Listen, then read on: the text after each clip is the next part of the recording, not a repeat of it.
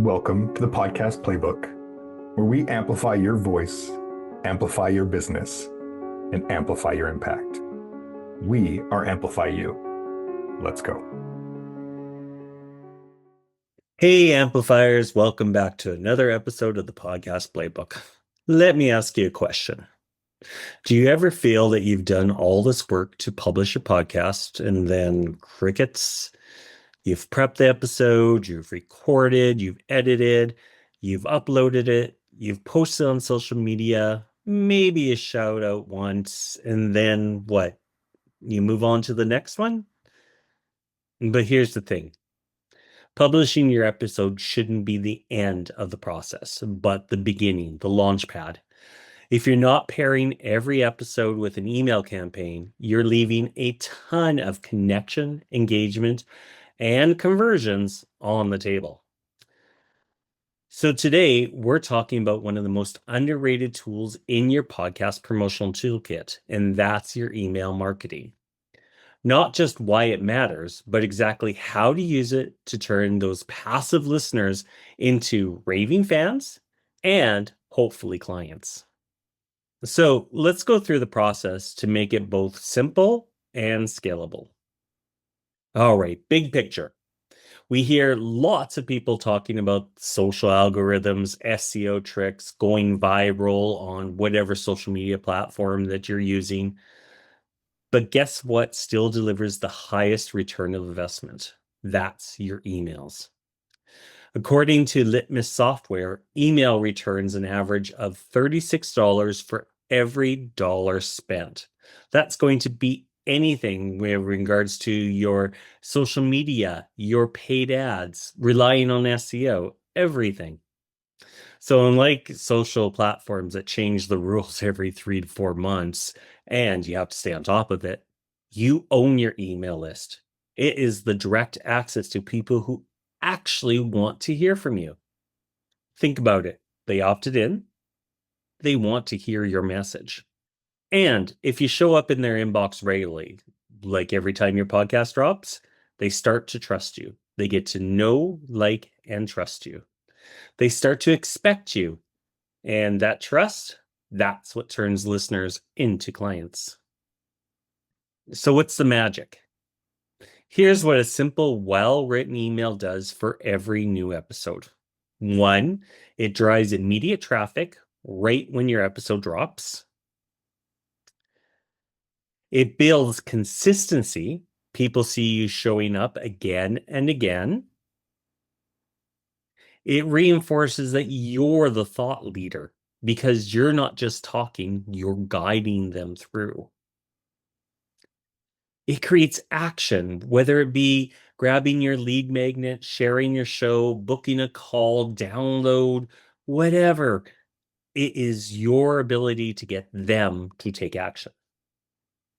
Without email, your podcast is just passive. With it, it becomes a content engine that drives momentum week after week. Now, don't get me wrong. Social media still has its place, especially when it comes to discoverability. But here's what most podcasters miss. Email and social media work better when they work together. Use your episode email as a base, then repurpose it. You can make a short reel script, a carousel post that shows your key takeaways, a quote card from your guest or even from yourself of something that was important that was said to give them something to think about. A LinkedIn post asking your audience the same question you posed in the episode. And flip it around too. Use your social to drive people into your email lists. Share behind the scenes of your episode. Offer a bonus for subscribers. Ask people to direct message you the word episode and send them the link and the freebie. Make it all interactive. Make them interact with you so that they become part of your world. This isn't an either or, it's a both and. Email is for depth, social is for reach. All right, so let's talk about the layout of the email itself. Let's get tactical. Here's what your email should include every single time. So first, of course, a killer subject line. This is your hook. This is your first impression, so you need to make it count. A short personal intro. Think 1 to 2 sentences that are going to help them connect with the information that's going to be shared. The value of the episode. This is where you can use bullet points from your show notes. Tell them what they'll get out of this episode. And again, include a clear CTA. Listen now, book a call, grab your download, whatever it is, have it go. Clickable links and an image. So this is really important. You don't just want to send a blank white page to you through your email addresses. Give them an image, give them something to draw upon. It could be your cover art from the episode that you did. It could be a shot of you behind the scenes, whatever it takes. Make it easy and visually appealing. Okay. Remember, you're not writing a novel in these emails. You're just giving them enough to click, connect, and hopefully convert. So when do you send your emails? Well, of course, the same day your episode drops. That's number one. That is what you're going to want to do. Then you should be able to have the ability to track your episodes. Who didn't open it up from that first, 2 to 3 days? Go back, resend it, or even better, do a copy and paste, give it a new title, subject line, so that maybe that will engage. It's all like A/B testing. You never know what's going to work, what's going to catch people's eyes. So change it up and resend it. Don't be afraid to follow up. Most of us need more than one nudge to take action. And what is it? The person needs to hear something 7 times before they take action. So you and your message deserve to be heard. So follow up and get it out there. Another thing that you can do is inside your email signatures that you send out on your regular emails, put the link to your latest podcast episode in there. This becomes evergreen as a way to promote your episodes. People just naturally see it. So it's just another way to make sure that people know that you're putting out a podcast and where they can listen to hear more about what you have to say. So want to take it up a notch, go to the next level? So other things that you can do is segment your list. Send bonus content to those super fans, those people that are interacting with you. Do little things for them.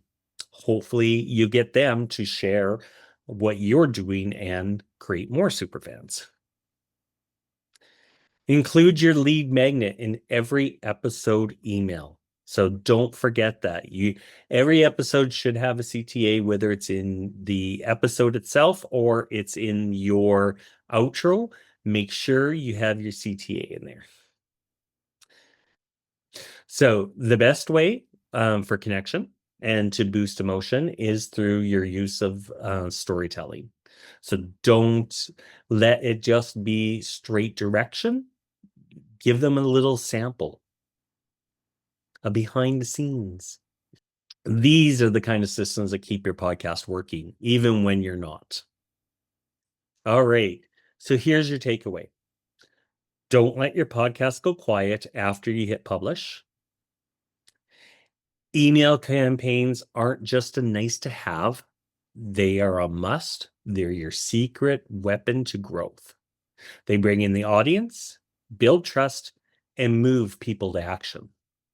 So if you're ready to push your email campaigns, then check out the show notes to our link to your free copy of our podcast episode promotional checklist. It contains everything that we just talked about, plus a little more. So until next time, keep showing up, keep speaking with purpose, and remember, your voice matters. We'll see you next time on the Podcast Playbook. Oh, you are still here. I'm honored. Thank you.